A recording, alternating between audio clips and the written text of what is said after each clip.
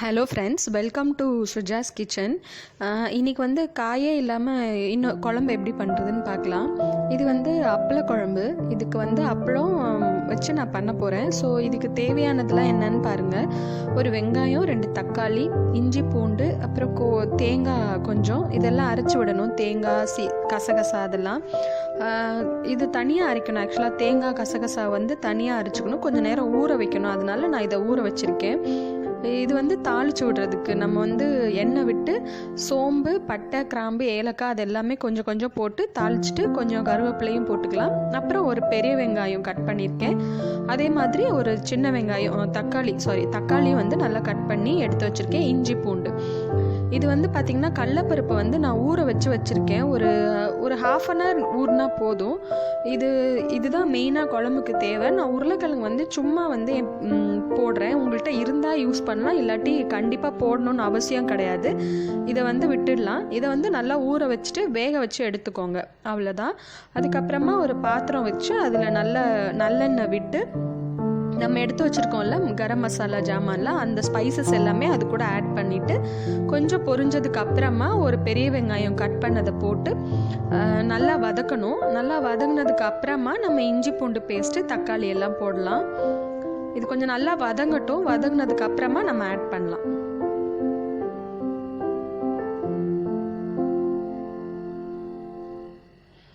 இதுக்கு வந்து கசகசா வந்து நல்லா கொஞ்சம் ஊற வச்சுக்கோங்க. அப்போ தான் அது வந்து அரைப்படும் மிக்சியில் நம்ம அரைக்கும் போது. ஸோ வந்து கொஞ்சம் கடலப்பருப்பு ஊற வைக்கும் போதே கசகசாவையும் கொஞ்சமாக ஊற வச்சுருங்க. ஒரு டீஸ்பூன்லேருந்து 1.5 டீஸ்பூன் இருந்தால் போதும். இந்த குழம்பு வந்து ஒரு 4 பேர்லேருந்து 5 பேர் வரைக்கும் சாப்பிடலாம். ஸோ அந்த அளவுக்கு வந்து ஒரு டேபிள் ஸ்பூன்லேருந்து 1 டேபிள் ஸ்பூன் வேணால் ஒரு கம்மியாக ஒரு டீஸ்பூன் சொல்லுவோம்ல, அந்த டீஸ்பூனில் போட்டுக்கலாம், ஊற வச்சுக்கலாம். நான் இஞ்சி பூண்டு பேஸ்ட் போட்டேன். அடுத்து இப்போது தக்காளி வந்து கட் பண்ணது போட்டிருக்கேன். சின்னதாக இருந்தால் 2 தக்காளி போடுங்க. ரொம்ப பெருசாக இருந்ததுன்னா 1 போட்டுக்கோங்க, போதும். நல்லா வதக்கிட்டும். அதுக்கப்புறம் உப்பு போடுங்க. நான் எப்போவுமே தக்காளி போட்டதுக்கப்புறம் உப்பு போடுவேன். ஸோ வந்து பார்த்திங்கன்னா ஈஸியாக தக்காளி வெங்காயம் 2 நல்லா வதங்கிடும். இப்போ வந்து மிளகாப்பொடி இது வந்து தனி மிளகாப்பொடி 3 டீஸ்பூன் போடுறேன். அதுக்கப்புறம் மல்லிப்பொடியும் அதே மாதிரி ஈக்குவலாக போடலாம், இல்லை கொஞ்சம் ஜாஸ்தியாக கூட போடலாம். உங்களுக்கு காரத்துக்கு தகுந்த மாதிரி. நல்லா காரமாக வேணும்னா ஈக்குவலாக போடுங்க, இல்லை கொஞ்சம் கம்மியாக வேணும்னா மல்லிப்பொடி வந்து கொஞ்சம் ஜாஸ்தியாக போடணும். அதுக்கப்புறம் நான் அது கரம் மசாலா போட்டுட்டு நல்லா வதக்கணும். ஏன்னா நம்ம மசாலாம் போட்டோன்னே கொஞ்சம் பிடிக்கும், அதனால நான் லைட்டாக வந்து தண்ணி ஊற்றி வதக்குறேன். கொஞ்சம் நேரம் அது வதங்கட்டும். கொஞ்சம் கொஞ்சமாக இந்த மாதிரி தண்ணி விட்டு நல்லா வதக்குனீங்க அப்படின்னா மசாலா கருகாமல் இருக்கும். ப்ளஸ் வந்து அந்த பச்சை வாடையெல்லாம் போயிடும். அந்த மிளகா பொடியெல்லாம் பச்சையாக போட்டிருக்கோம்ல, அது ஸ்மெல் எல்லாமே போயிடும். இப்போ வந்து நான் வேக வச்ச அந்த கடலைப்பருப்பை வந்து இதில் போடுறேன். கடலைப்பருப்பு பார்த்திங்கன்னா 1 கப் எடுத்திருக்கேன். 1 கப்னா ஒரு 100 கிராம்ஸ் அந்த அளவு இருந்தால் போதும். அந்த அளவு வந்து கொஞ்சம் நேரம் ஊற வச்சு வேக வச்சதை எடுத்து இப்போ நான் இதில் ஆட் பண்ணிட்டேன். நான் சொன்னேன் உருளைக்கிழங்கு வந்து ஆப்ஷனல்னு, வேணும்னா யூஸ் பண்ணிக்கலாம், இல்லாட்டி விட்டுடலாம்.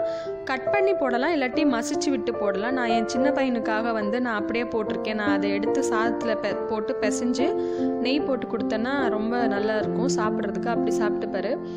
ஸோ அதனால் அவருக்காக அந்த மாதிரி போட்டாச்சு. இப்போ வந்து தேங்காயை வந்து முதல்ல அரைச்சி எடுத்துக்கிட்டு அதுக்கப்புறமா கசகசா. இது வந்து பார்த்திங்கன்னா வெங்காயம், சின்ன வெங்காயம் வந்து ஒரு 4லேருந்து 5 வெங்காயம் வந்து கொஞ்சமாக எண்ணெய் விட்டு இது வந்து வதக்கிட்டு இந்த தேங்காய், கசகசா, வெங்காயம் இது 3ஐயும் நம்ம வந்து நல்ல பேஸ்ட்டாக அரைச்சிக்கணும். அரைச்சி நம்ம வந்து இந்த குழம்புல இப்போ ஆட் பண்ண போகிறோம். ஸோ நல்லா பேஸ்ட்டாக இருக்கணும், இல்லாட்டி உங்களுக்கு திப்பியாக இருக்கும். குழம்புல பார்த்திங்கன்னா அப்படியே தெரலாக இருக்கும். ஸோ வந்து நல்லா மலமலன்னு அரைச்சிட்டு நம்ம குழம்பு நல்லா கொதிக்கும் போது இதை ஆட் பண்ணிக்கலாம். ஏற்கனவே நம்ம கடலப்பருப்பு, உருளைக்கிழங்குலாம் வேக வச்சது தான். உங்களுக்கு அந்த பச்சை வாடை போயிட்டு நல்லா ஒரு ஸ்மெல்லு வரும்போது என்ன பண்ணலான்னா அரைச்சி வச்ச தேங்காய் பேஸ்ட்டை வந்து இது கூட ஆட் பண்ணிக்கோங்க. கசகசா வந்து ரொம்ப நல்லது உடம்புக்கு. அது மாதிரி தேங்காயும் வந்து ரொம்ப நேரம் கொதிக்க விட்டால் தான் அது பேட் கொலஸ்ட்ராலாக மாறும்னு சொல்கிறாங்க. ஸோ அதனால் குழம்பு எப்போவுமே எல்லோரும் எப்படி பெரியவங்களாம் அம்மா பாட்டிலாம் பண்ணுவாங்கன்னா தேங்காய் ஊற்றி ஒரு கரெக்டாக ஒரு 5 மினிட்ஸ் ரொம்ப கூட கொதிக்க விட மாட்டாங்க, அப்படியே ஆஃப் பண்ணிடுவாங்க. ஸோ ஏன்னு பார்த்தீங்கன்னா அது ரொம்ப கொதிச்சதுன்னா அது கெட்ட கொழுப்பாக மாறிடும். அதுக்காக தேங்காய் ஊற்றிட்டு உடனே நம்ம வந்து ஒரு 5-10 மினிட்ஸில் அது சிம்மர் பண்ணிவிட்டு 5-10 மினிட்ஸில் ஆஃப் பண்ணிடலாம். 10 மினிட்ஸ் கூட வேண்டாம், 5 மினிட்ஸில் ஆஃப் பண்ணிடலாம்.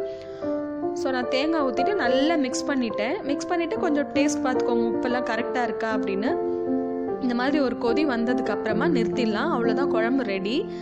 ஸோ நம்ம என்ன பண்ணோன்னா, இந்த அப்பளம் வந்து ஒரு சின்ன டிப்ஸு. நம்ம காலையிலே நான் இப்போ குழம்பு பண்ணுறேன், நான் மத்தியானம் தான் சாப்பிட போகிறேன்னா அப்பளத்தை வந்து காலையிலேயே பொரிச்சு போட்டுறாதீங்க குழம்புல. நம்ம வந்து சாப்பிட போகும்போது நம்ம எப்போ எடுத்து சர்வ் பண்ண போகிறோமோ அப்போ வந்து இந்த அப்பளத்தை பொரித்து லைட்டாக குழம்பு சூடு பண்ணிவிட்டு இந்த அப்பளத்தை வந்து அதில் போட்டு எடுத்து சர்வ் பண்ணுங்கள். இந்த அப்பளம் தான், அதாவது ரவுண்ட் அப்பளம் தான் போடணும்னு இல்லை. இன்னொன்று சொல்லுவாங்க, இந்த அப்பளப்பூ சொல்லுவாங்க. அப்புறம் வந்து தேய்ச்சி விடுவாங்க, ஒரு நீட் அப்பளம் இருக்கும். ஸோ அந்த மாதிரி திக்கான அப்பளம் அந்த மாதிரிலாம் போட்டிங்கன்னா இன்னுமே நல்லாயிருக்கும். இப்போ சோவி அப்பளம் நிறையா இருக்குது, அப்பளத்தில் வெரைட்டிஸ் நிறையா இருக்கும்.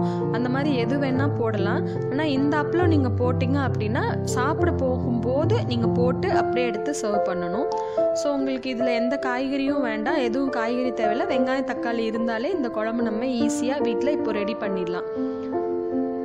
அவ்வளோதான். ஒரு மேக்ஸிமம் ஒரு 4 அப்பளத்துலேருந்து 5 அப்பளம் வரைக்கும் போடுங்க, போதும். நிறைய அப்பளம் போட வேண்டாம், எல்லாம் உடச்சி போடுங்க.